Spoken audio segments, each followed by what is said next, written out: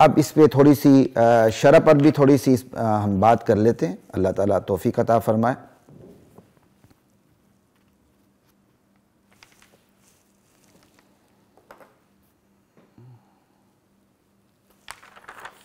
بہرحال شرعی فوائد جو ہوں گے، بعض کچھ شرح کے فوائد مجبوری ہے میں نحوی فوائد میں بیان کروں گا، تو اس میں وہاں اردو دانوں کو بھی اس بات سمجھ آ جائے گی۔ ہاں جو صرف اردو دان ہیں وہاں انہیں پھر عربی گرامر کی اصطلاحات سمجھنا مشکل ہوگا، لیکن اس عربی گرامر کی اصطلاحات کے باوجود ایسی باتیں بھی ہوں گی جو عام اردو دان بھی سمجھ سکیں گے انشاءاللہ تعالی، اللہ تعالیٰ نے چاہا۔ اچھا، اب تھوڑی سی اس حدیث کی میں تشریح کر دیتا ہوں کہ نبی علیہ السلام نزول وحی قرآن کے وقت اس وحی کو یاد کرنے کے لیے خدشہ تھا کہ کہیں آپ کو خدشہ ہوتا تھا جبریل چلا جائے گا اور میں اس وحی کو یاد نہیں رکھ سکوں گا، تو جیسے وحی اترتی تھی اس دوران ادھر سے جبریل پڑھ رہے ہوتے تھے، ادھر سے آپ اس کو سنتے بھی تھے، سمجھتے بھی تھے اور اس کو یاد کرنے کی بھی کوشش کرتے تھے۔ ایک ایک نہیں کئی محنتیں ہوتی تھیں، وحی کا بوجھ الگ، سننے کی مشقت الگ، سمجھنے کی مشقت الگ، اور پھر اس کو یاد رکھنے کی مشقت الگ، یہ ساری مشقتیں جمع تھیں، ٹھیک ہے۔ تو نبی علیہ السلام باقاعدہ اس کو یاد رکھنے کے لیے اپنے ہونٹوں کو حرکت دیا کرتے تھے۔ تو اللہ تعالیٰ نے وحی نازل کی، میرے نبی آپ نے نزول وحی قرآن کے وقت خاموشی سے سننا ہے، بس آپ کا کوئی اور کام نہیں ہے، بس آپ نے یہی کام کرنا ہے، خاموشی سے سننا ہے۔ آپ نے اس فکر میں نہیں پڑھنا کہ یہ قرآن کریم آپ کو بھول جائے گا، اس کو آپ کے سینے میں جمع رکھنا، لا تحرک بہ لسانک لتعجل بہ ان علینا جمعہ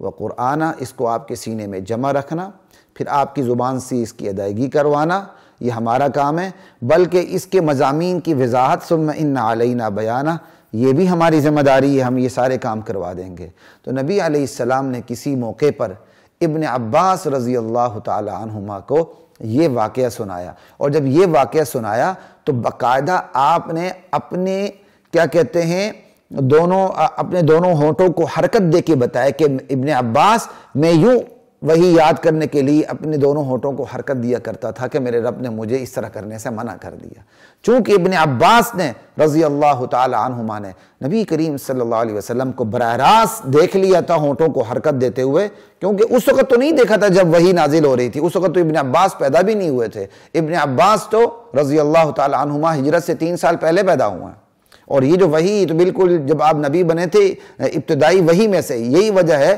کہ باب بدء الوحی کے اندر امام بخاری نے یہ آیات کیا کہتے ہیں شامل کی۔ تو امام بخاری کا رجحان بھی سارا ادھر ہے کہ یہ بالکل ابتدائی آیات میں سے ہیں، اس وقت تو ابن عباس پیدا ہی نہیں ہوئے تھے۔ پھر کسی موقع پر جب ابن عباس نے شعور پکڑا اپنی زندگی میں، تو آپ صلی اللہ علیہ وسلم نے، آپ کی چچا زاد بھائی بھی تھے، آپ کو ان سے محبت بھی تھی، آپ کی خدمت میں بھی رہتے تھے، آپ نے وہ واقعہ تازہ کیا اور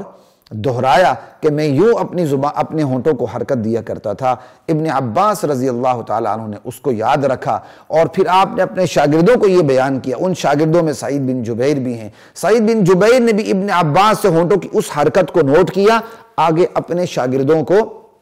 بیان کر دیا کہ ابن عباس یوں حرکت دیا کرتے تھے۔ آپ نے یہ نہیں کہا حضور یوں حرکت کیا کرتے تھے، بلکہ کہا ابن عباس اللہ کے نبی کو کاپی کرتے ہوئے یوں حرکت دیا کرتے تھے۔ لیکن آگے سعید بن جبیر کے کسی شاگرد نے حدیث بیان کرتے ہوئے اپنے ہونٹوں کو اس طرح حرکت نہیں دی جس طرح سعید بن جبیر نے حرکت دی تھی، یعنی یہ حرکت استادوں سے شاگردوں کی طرف منتقل نہیں ہوئی، صرف 3 راویوں میں یہ حرکت منتقل ہوئی۔ نبی علیہ السلام اپنے ہونٹوں کو حرکت دیتے تھے، آپ اپنے واقعے کے خود راوی ہوئے، پھر آپ نے ہونٹوں کو حرکت دے کے ابن عباس رضی اللہ تعالی عنہما کو ہونٹوں کو حرکت دے کے سمجھایا، تو دوسرے راوی ابن عباس ہوئے جنہوں نے جبیر کو بتا دیا تھا، سعید بن جبیر کو۔ یہ 3 راوی ہیں، ان تک یہ حدیث مسلسل بتحریک الشفتین ہو گئی، یعنی یہ حدیث 3 راویوں تک مسلسل بتحریک الشفتین کہلائی کہ یہ کیا کہتے ہیں بیان کرتے ہوئے اس میں دونوں ہونٹوں کو حرکت دی گئی ہے، لیکن آگے پھر یہ مسلسل بتحریک الشفتین یہ حدیث نہیں رہی۔ اسی سے آپ محبت کا اندازہ لگا لیں کہ اصحاب رسول صلی اللہ علیہ وسلم کو نبی کریم صلی اللہ علیہ وسلم سے کتنی محبت تھی۔